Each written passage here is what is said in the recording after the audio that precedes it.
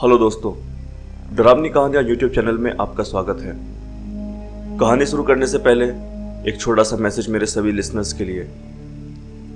दोस्तों, मैंने खुद के लिए एक नया चैलेंज लिया है जिसमें मेरे 5 के सब्सक्राइबर कंप्लीट होने पे मैं एक बेहद खतरनाक हॉरर डेयर लाइव परफॉर्म करूंगा।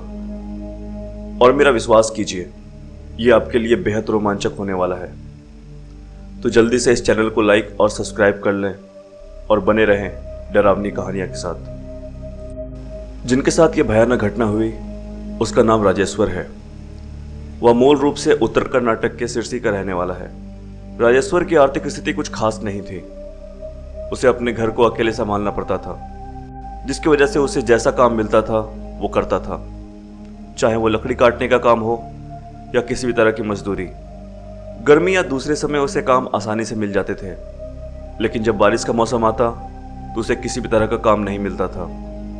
उस समय उसे दूसरे कामों पर निर्भर रहना पड़ता था, और उसी समय यही एक काम था जिसने उसका ध्यान अपनी ओर खींचा। वह था केबल ऑपरेटर का काम। वह अपने शहर के एक केबल ऑपरेटर से संपर्क करता है और उसके साथ हेल्पर के तौर पर जुड़ जाता है। उसे वास्तव में उस काम के बारे में कोई जानकारी नहीं होती, पर वो सीखता है और काम शुरू कर देता है। क्योंकि बारिश का मौसम था, जैसा कि हम जानते हैं, पहाड़ी इलाकों में हमेशा बिजली चली जाती है, और जब बिजली कटती है तो केबल भी कट जाती है। इसलिए केबल ऑपरेटर ने राजेश्वर को काम पे रखा था कि अगर रात में कोई इमरजेंसी हो तो वह उसे संभाल सके। एक दिन, शायद बारिश का मौसम रहा होगा, राजेश्वर अपने दफ्तर में बैठा टीवी देख रहा था और अपने बगल में रखे फोन को भी देख रहा था और सोच रहा था कि कब कोई ग्राहक फोन करेगा। क्योंकि जुलाई का महीना था, इसलिए वहां हर दिन बारिश होती थी। उस दिन भी भारी बारिश हो रही थी। तभी अचानक उसके बगल में रखा फोन बज उठा और दूसरी तरफ से एक औरत की आवाज आई। उसने कहा कि उसके घर में केबल नहीं है, प्लीज इसे जल्दी से चेक कर लो।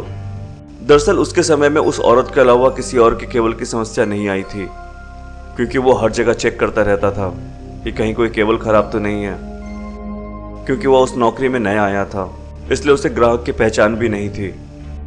उस औरत ने अपना नाम भी नहीं बताया, उसे बस एक पता दिया और कहा कि जल्द से जल्द आके चेक कर ले।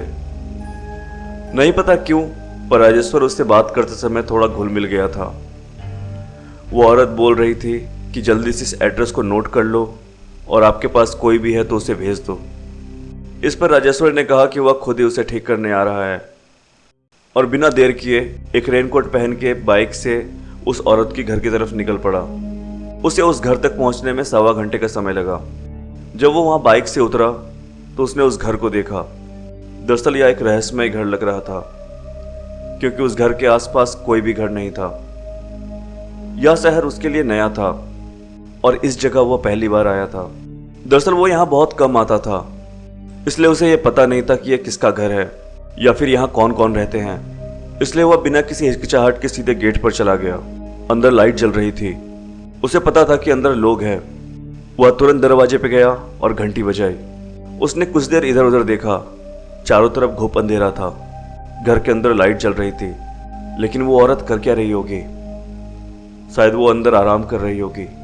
यह सोच के राजेश्वर ने दोबारा बेल बजाई।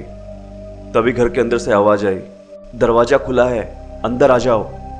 वो दरवाजे के सामने खड़ा हो गया और इधर उधर देखा। वो औरत उसे कहीं नहीं दिख रही थी। उसने आवाज लगाई, आप कहाँ हैं मैडम? आपने केबल ऑपरेटर को फोन किया था तो मैं आ गया, बताओ कहाँ आना है। तभी दोबारा उस औरत की आवाज आई, आगे आ जाओ, सामने हॉल की तरफ। क्या तुम्हें मिला? उसने कहा, हाँ मैडम, मैं वहीं हूँ। वो आगे बढ़ा और हॉल में पहुंच गया। हॉल में एक बड़ा टीवी रखा था। टीवी के सामने एक बड़ी कुर्सी पर एक औरत बैठी हुई थी। जब उसने उस औरत की शक्ल देखी तो वह बुरी तरह डर गया, क्योंकि उस औरत के बाल खुले थे और बहुत अजीब तरीके से बैठी हुई थी। उसने पूछा, क्या आपके अलावा यहाँ कोई और रहता है? तो उस औरत ने बिना कुछ कहे टीवी की ओर हाथ उठाया। वह समझ गया कि टीवी खराब हो गया है। उसने कहा, ठीक है, मुझे इसे ठीक करना है। मैं जो काम करने आया हूँ मैं उसे करता हूँ। वह टीवी के पास जाता है और इसे ठीक करने की कोशिश करता है, लेकिन वह चाहे जितनी भी कोशिश कर ले, वह टीवी को ठीक नहीं कर पाता। दरअसल समस्या केबल की नहीं थी, बल्कि टीवी का टूटना था। इसलिए वह उस औरत से कहता है कि मैडम, असल में समस्या केबल की नहीं है, समस्या टीवी में है। आपको टीवी ठीक करवाना होगा, हम कुछ नहीं कर सकते। वो औरत कोई जवाब नहीं देती, बस सीधी खड़ी हो जाती है और अंदर के कमरे की तरफ चली जाती है। वो बस उसे देख रहा था। वो वहाँ थोड़ी देर इंतजार करता है। इस बीच उसे घर में मौत सा सन्नाटा महसूस हो रहा था, मानो वहाँ कभी कोई था ही नहीं। उसे बस अपनी धड़कनों की आवाज़ सुनाई पड़ रही थी। वह बहुत देर तक इंतजार करता रहा और मन ही मन सोचता रहा कि मैं इंतजार क्यों कर रहा हूँ, मेरा काम अभी पूरा नहीं हुआ है, मैं जा रहा हूँ। वह जाने लगा, लेकिन जाने से पहले उसने कहा, मैडम कम से कम जाने को तो बोल दीजिए। पर फिर भी कोई आवाज़ नहीं आई। अब राजेश्वर को नहीं रहा गया और वो अंदर की तरफ चला गया। हैरानी की बात थी कि उस घर में कोई नहीं था। उसे समझ में नहीं आया कि वो औरत इतनी जल्दी कहाँ चली गई। वह घर में लगभग हर जगह खोजता है, लेकिन बहुत खोजने के बावजूद उसे वो कहीं नहीं मिलती। उसे एहसास होता है कि नहीं, यह ठीक नहीं है। वो घर से दौड़ के बाहर निकलता है। बाइक में बैठ के वो सीधा ऑफिस चला जाता है। अगले दिन वो अपने बॉस को सारी बातें बताता है। बॉस उसे एक बार फिर विजिट करने को बोलता है। उनकी बात मानकर वो जब वहां जाता है तो उस घर को देखकर वास्तव में वह उससे 10 गुना अधिक डरता है जितना वह उस रात डरा था। क्योंकि वह घर जिसे उसने उस रात को देखा था, वह अब एक खंडहर हो चुका भूतिया घर था। उसने तुरंत जाके दूर रहने वाले पड़ोसियों से पूछताछ की।